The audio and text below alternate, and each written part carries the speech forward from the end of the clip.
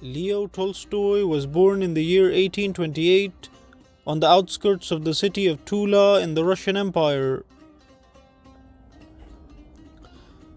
During his youth, he studied law, and he also managed to master multiple languages such as Russian, Polish, Tatar, Arabic, and Turkish. From a young age, Tolstoy was curious about other cultures and civilizations, and spoke out against bigotry and hatred of other cultures. In 1851, Tolstoy was sent to the region of Chechnya for military service in the Russian army. During his time in Chechnya, Leo Tolstoy was disgusted and horrified by the crimes of the Russian army against the local Muslims of Chechnya. He stated, "The feeling experienced by all Chechens from the youngest to the oldest was stronger than hate. It was not hatred, it was repulsion, disgust, and perplexity at the senseless cruelty of the Russians who desire to exterminate them." Tolstoy left the military in 1855 and went to the city of St. Petersburg, where he dedicated his time to writing and publishing. In his writings, he criticized the expansionist policy of the army, the corrupt judicial system, and the hypocrisy of the Orthodox Christian Church. Tolstoy attacked the Church for becoming a political tool in the hands of the Russian Empire. He stated, "Churches are corrupt institutions that completely falsified true Christianity. They want to bring nations who do not attack us under the sway of Christianity. We have no excuse to oppress them. We ought to leave them in peace, and if we need or wish to enter into closer relations with them, we ought only to influence them by Christian manners and teachings, which include patience, endurance, purity, brotherhood, and love. Instead of that, we begin by establishing among them the new markets for our commerce, with the sole aim of our own profit.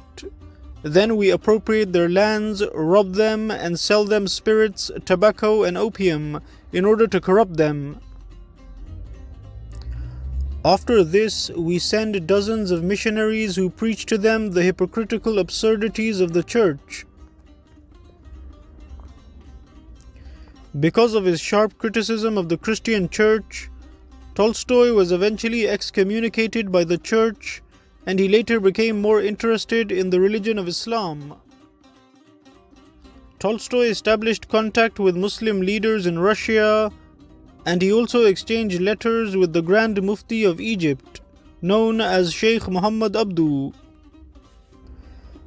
Leo Tolstoy called on people to be open-minded in their learning, and he believed that the main reason for the widespread poverty and discontent in Russia was the lack of availability of education. In order to combat illiteracy and ignorance, Tolstoy established multiple schools in the countryside of Western Russia for poor children who could not afford an education. Various subjects were taught in these schools, such as medicine, history, mathematics, geography, and law. Tolstoy also criticized the Russian education system for being mechanical and incapable of refining the minds of the next generation. He stated, "Schools should be made for the convenience of children and their learning, not for the comfort of teachers. The current schools are built for teachers instead of students. In these schools, which are built like prisons, children's conversation, motion, and joy are prohibited, as they are inconvenient for teachers." Leo Tolstoy dedicated the last years of his life to teaching, and he lived a simple life with a few possessions. Towards the end of his life, he witnessed the rise of the communist movement in Russia, which he fiercely criticized. He stated, "Socialists will never destroy poverty, injustice, or inequality. The only thing that will happen is that despotism will be passed on from one form to another. Leo Tolstoy believed that the real way to transform society was for people to reform their own selves through education, which would then lead to social reform. He did not believe that societies could be reformed through politics, and stated, "The only way to make nice, kind people commit the most heinous crimes without feeling any guilt is to make them governors, superintendents, officers, or policemen. This is a process that allows them to treat people like inanimate objects, removing any humane or brotherly relationships. Secondly, it ensures that these people working for the government must be so interdependent that responsibility for any consequences of the way they treat people is never burdened upon any one of them individually." Leo Tolstoy passed away in the year 1910, and shortly after his death, the communists took control of Russia in 1917.